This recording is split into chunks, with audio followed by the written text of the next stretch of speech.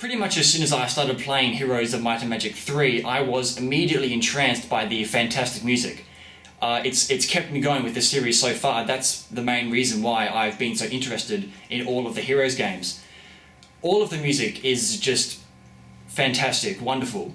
So, that makes what I'm about to do now even more magnificent, I guess, because I'm about to ask questions to the composer to the Heroes of Might and Magic games. So, allow me to introduce Mr. Paul Anthony Romero.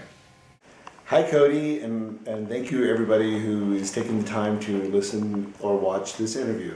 I hope we answer some questions that you've always wanted to ask me. Now the first question is a question that I'm sure you were expecting, and everyone who's watching this was expecting. How did you get started? How did you get started with the whole playing piano thing in general? The way I got started playing the piano was that my mom bought a piano when I was a little kid, and I would just walk past it every day and bang up some notes. And after a while, I figured out this two notes sounded good, and these two notes over here sounded bad. And if I did these two notes in like a certain kind of rhythm over and over again, it sounded kind of rhythmical. And over here, if I did it this way, this didn't sound too good. So I just sort of figured out patterns and combinations, and then pretty soon I was able to make the piano sound kind of good. And after a while, I was able to hear music on the radio or music that my parents were playing on the record player and duplicate it. Or let's say I heard a piece of Beethoven on the radio, I could figure out how the melody goes and then make up the rest of it. Because if I couldn't figure out the rest of the song on the radio, I would just make up the rest of it. And that was sort of my first attempts at improvisation. So really teaching myself how to play the piano and compose and improvise all was sort of simultaneous around the age of 3 and 4. So that's how I got started. Then I didn't start formal music lessons until I was 9 years old, and then I started real theory and piano lessons and orchestration and composition. So I hope that answered that question. So what led you to being a video game composer? Was it something that you knew you wanted to do, so you strove to reach that objective, or were you trying to do something else and you just sort of fell into it? Well, after I went to music school in Philadelphia at the Curtis Institute of Music when I was 15, and then I went to Paris Conservatory. Then I finished at the Guildhall School of Music and Drama in London, and I got on my formal training then. But the problem was that as a composer, I was writing music that was very old-fashioned sounding. So to get a career started as a contemporary avant-garde classical composer wasn't happening for me, because everybody kept saying my music sounded old-fashioned. But it never occurred to me to be a soundtrack composer. So when I finished music school when I was in my early 20s, I couldn't get work. You know, where does one go to get work as a classical composer? So I got a job as a waiter, as a cook, as a construction worker. I sold ink for IBM. I did anything and everything, to make a buck. And then when I was about 29, I met this man named Rob King through a mutual friend. And Rob was working for a video game company, and he was doing sound on it. And he said, I think somebody told me that you used to be a musician, because that was a long time ago. And he said, you know something about classical music. He said, can you come in and listen to some music that we're trying to put together for this new game that we're working on called Heroes of Might and Magic? I said, sure. So I went to his apartment and I listened to some of the tracks that him and Steve Baca were putting down. And they were kind of rock and roll-y sounding. They had like electric guitars and some drum beats, and they said that wasn't really quite fitting the video game, and they wanted to know what I can do, what I would suggest to make it sound more old-fashioned. So I said, what do you mean by old-fashioned sounding? And they said, well, something more like Vivaldi. They played me some CDs of Vivaldi and Bach and Handel. So I said, well, that's kind of like taking me to McDonald's and saying, what could we do to make this McDonald's look more like the White House? And that just the answer was, you just got to tear the whole thing down and start from scratch. So Rob said to me, well, could you create a whole brand new score from scratch within a week, and we need about a half hour's worth of music, and we can pay you $400. So I said, sure. I was making nothing back then as a jack of all trades, and so to be paid $400 to write 30 minutes of Baroque sounding music was like a dream. I thought I hit the jackpot. So I wrote this music within a week, and the game came out, got really good reviews, and then it was a hit around the world. And next thing I know, I had a brand new career. I was doing all the follow-up games to Heroes of Might and Magic, and then a bunch of other video games. So that was how I got started in this industry. So the way I got selected to be the Heroes composer was just through accident. Rob King, who was doing all the audio production on the first Heroes of Might and Magic game, and I became his composer. And so we've worked together ever since for the last 17 years. And actually on every video game that I've ever composed for, Rob has been my producer. What are you told about the music, what it should be like before you actually do the music? Okay, so the way I start writing music for a video game, any video game, is that usually I get a written description of the areas of the game or the characters and whatever there needs to be music for.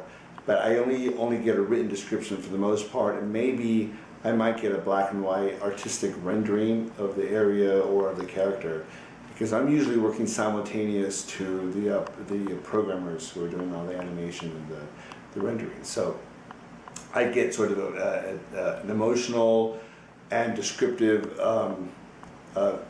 summary of what it is they need, and so I get an idea of what it is my music has to underscore. So that's how I start. That's what we always begin with. I never see the color or the actual motion or the animation until the game comes out. So I'm usually working in Los Angeles. The programmers are in Russia or in Poland or in Hungary, and then once the game comes out, all our work is thrown together, and then there it is.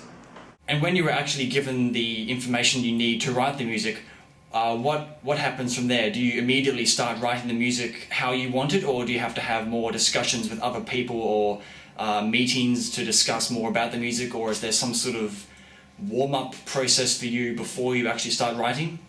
My process of starting the music is that Rob King since he's my producer and he is the one that is the go-between me and the company that's hiring us. He'll tell me what it is that they're looking for, and Rob knows the video game industry because he does all the sound design and all the audio production on most of the projects that I'm on. So he has a real feel of what needs to happen in the music, and so he'll say, well, they need music for a terrain that's very dry and sandy, and there's certain kind of characters or certain kind of battles that are happening on it. So let's try to keep something of a certain rhythm and a certain texture. So he actually informs me of what direction I should go in. So I'll think about the music for a few days, and maybe I'll go home at the piano and come up first of all with a melody that I think is catchy or memorable, and I'll just if it sounds good on the piano, I know it's going to sound good once I orchestrate it. So once I get a melody going, then I think of the actual textures that need to be felt in this particular area or character. So if it's a dry, dusty dusty region, I need to have more dry orchestrations, maybe more staccato brass, or more detaché cello playing, or more staccato or pizzicato in the violas, and a little maybe more heavy on the bright percussion instruments. If it's something that's, say, a Sylvan or a water area, definitely more lush harps, more beautiful legato strings, maybe operatic voices, choirs, something that makes it more legato sounding and flowing. Maybe lots of woodwinds that have arpeggios that go up and down with cymbal crescendos that enhance the swell effect. So that's how I start putting together the music once I get the descriptions. How do you make the music into what you think the music should be, and how do you know that will sound good? Well, that is Rob King's job, because since he knows this industry inside and out, and he knows what the players need to feel, once I get the music going, and he can hear how it's sounding through my mock-up orchestrations. He can say, that's not going to work. I can already tell that's not going to fit what it is they're looking for. So I'll tear the piece of music down from scratch and redo it. Or sometimes him and I will fight over it, and I'll tell him, this is a really good piece of music and it's going to work. Trust me. He goes, you'll see. So I'll finish up the music, all the orchestrations, he'll mix and master it, we'll send it to the company, and then they might send it back and say, it's completely wrong, it's not at all what we're looking for. Or sometimes they'll say, wow, we never thought this would work, but this actually really does work in a very strange sort of way. It's like you just never know. Sometimes you can buy a piece for your living room that you think would be the perfect shelf or the perfect painting, and then you buy it and you bring it home, and then where you thought it was going to be perfect ends up not being so perfect. Maybe it blends in too much, or it sticks out too much, or it's too big, or it's too small. But sometimes you just never know until you actually put things together and then see if there's any kind of connection. So that's how we know if things are working or not. Now, Rob King has been in the Heroes of Might and Magic series from the very, very start. What's his relationship to you work-wise? Do you focus on one thing and you hardly ever get to see him because he's on a completely different thing? Or do you both compose the music together? Or is it like he focuses on half of something, then you focus on the other half, and then it comes together? So how do you work together, if you work together at all? So the way Rob and I work together is that he's usually the audio director on most of the projects that I'm on. So he is in charge of everything audio related. So he's hiring me to actually do the classical music, and then and then he actually does all the programming for me if I need drums, or if I need let's say Vietnamese guitars, or if I need this kind of thing, or if I need to hire Aztec percussionists. He'll arrange for that. If I need to have two choirs singing two different languages, he'll get me the linguist that I need to teach me how to pronounce the pronunciation of the languages that I'm using. He makes it all happen. He produces whatever it is I need. So if I tell him I need angels from heaven to come down and sing, he'll figure it out how to get them from heaven to come and sing for me. And then at the same time, then we'll set up the recording session. So I'll write the music out, bring the players in, we'll record, and he'll mix and master the parts and mix them all together. And then if I feel the music is still not full enough, I'll layer in some more orchestrations that are sampled orchestrations or from the keyboard. So it's a mixture of everything, and then he puts it all together for me. He produces it. And then at the same time, he's also doing all the sound effects and the sound design. Usually he directs all the voiceovers for all the characters. So he oversees all the audio production, from the music to the voices to the sound effects, and then he can control it all, how it all comes together. So that's what his genius is. Now, when you're writing the music in its early stages, is it just for the piano? Like you write the music for it just to be played by the piano, and then you play the piano, listen to how it sounds, and then you change it, you translate it into an orchestra, or do you write it with the orchestra in mind, with all of the instruments included when you're starting off? These days, I try to start at the piano, because I try to start with a very clear, very solid melody, because if it sounds good at the piano, I know it'll sound good fully orchestrated. So as long as I can come up with something that's simple on the piano, that's hummable, that's singable, and it has some feeling to it, then I know once I orchestrate it, I can pull it in any which way I want to. I can slow it down to make it very dramatic and sad, or I can speed it up and make it like a little town jaunty, like bar song or something like that. But as long as the melody is really solid, because I know the players are going to be playing games sometimes for years and years to come, so I want them to have a really good piece of structured melody that they can sing in their head. You know, like even Happy Birthday is a very good song in terms of how the melody is constructed. Some music is all orchestrated, which is all smoke and mirrors, where there's no good melody, but it sounds good upon first listening because it's so flashy, there's so much going on, so many choirs and so much percussion and so much brass. But then after you hear it a few times, it's like, where's the melody? It's all flash and no substance. So I try to start with the substance first. If the melody is good, then I know the orchestrations will definitely follow and sound good. So I always start it on the piano. What kind of music do you think influenced you? What music made you into the composer that you are today? Well, when I was a little kid, I was very influenced by very dramatic, very romantic music, like by Franz Liszt and Chopin, which is what drew me to my piano career, because I like to play the music of Rachmaninoff and Prokofiev and Chopin and Liszt, because they have huge range of emotion within this music. And so this kind of music also informs the music that I write. So my piano career as a pianist, and also my job as a composer are kind of hand in hand, because I've learned how to write really good structured music, a lot of it simply by learning the music of the great masters of the late 19th and early 20th centuries. Do you think that there is any major difference between a video game composer and a movie composer, or really any other composer? There's a huge difference between a movie composer and a game composer, and I do both movies and games.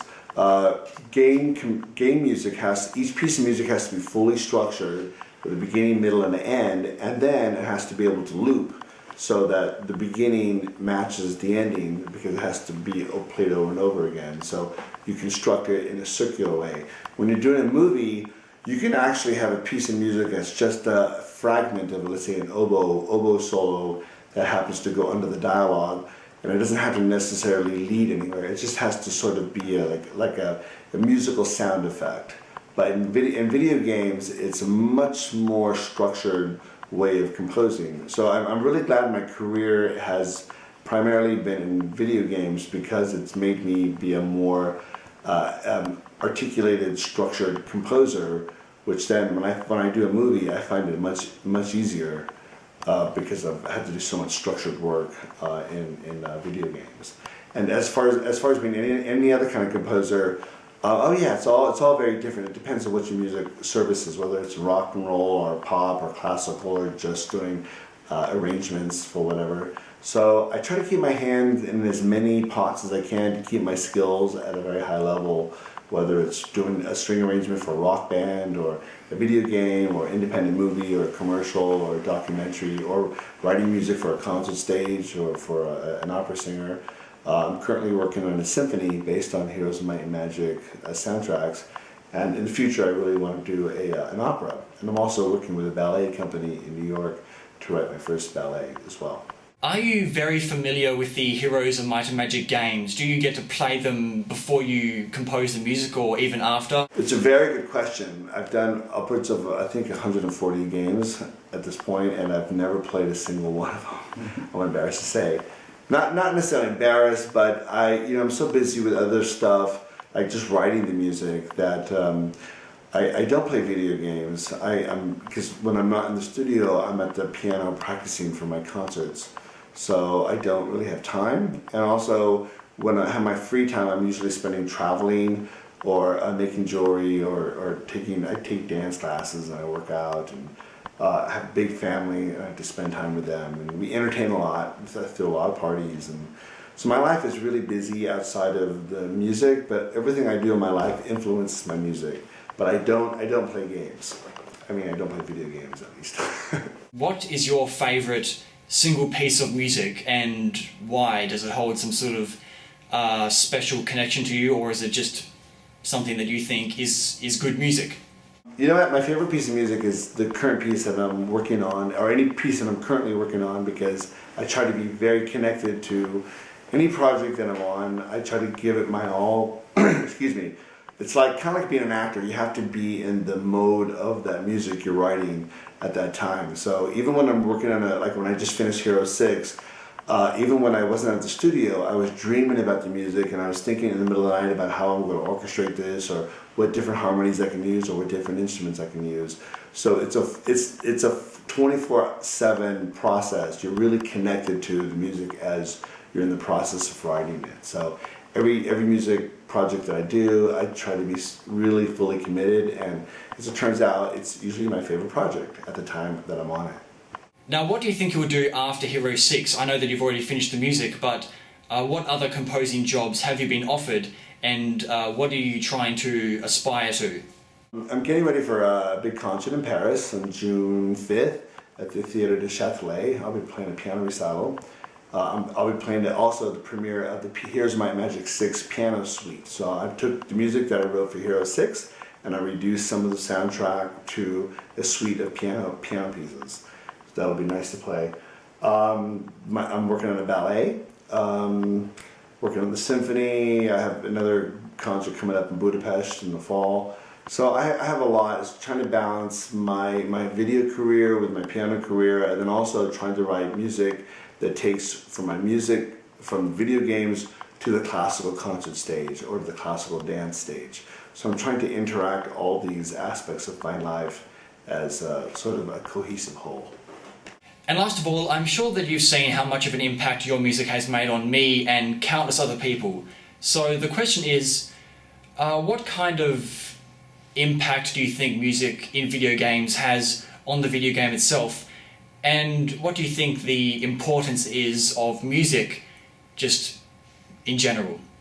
Well, from the response I get from fans, I see that music plays a very important part of video games because it is the oral connection of the experience, and so I think it's very, very important. And honestly, I do my very, very best with each project to make it as high quality of music as I possibly can.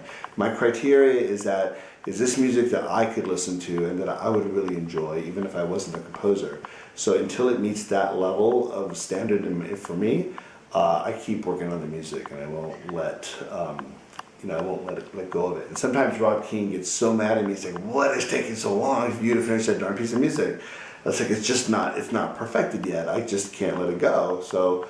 Because I know people out there will be playing certain parts of the game every day for years to come, and I'm thinking, wow, they're gonna have to listen to this music every single day. I need to make sure it's really, really at the highest standard that I could possibly make it. So I think the music is very, very, very important, and music to me is just very important. It's my whole life. The sound, everything I do is informed by sounds, whether it's how, if I'm looking at a painting, I kind of hear it in a musical way. If I'm dancing, obviously. If I'm working out, if I'm with my family at a party, entertaining people, it's always music related. So music is like the most important thing in my life. So yes, it's very important. So I think that answers all of our questions. So thank you, Cody, and thank you everybody for listening. And write to me if there's anything that I haven't answered, okay? See you soon.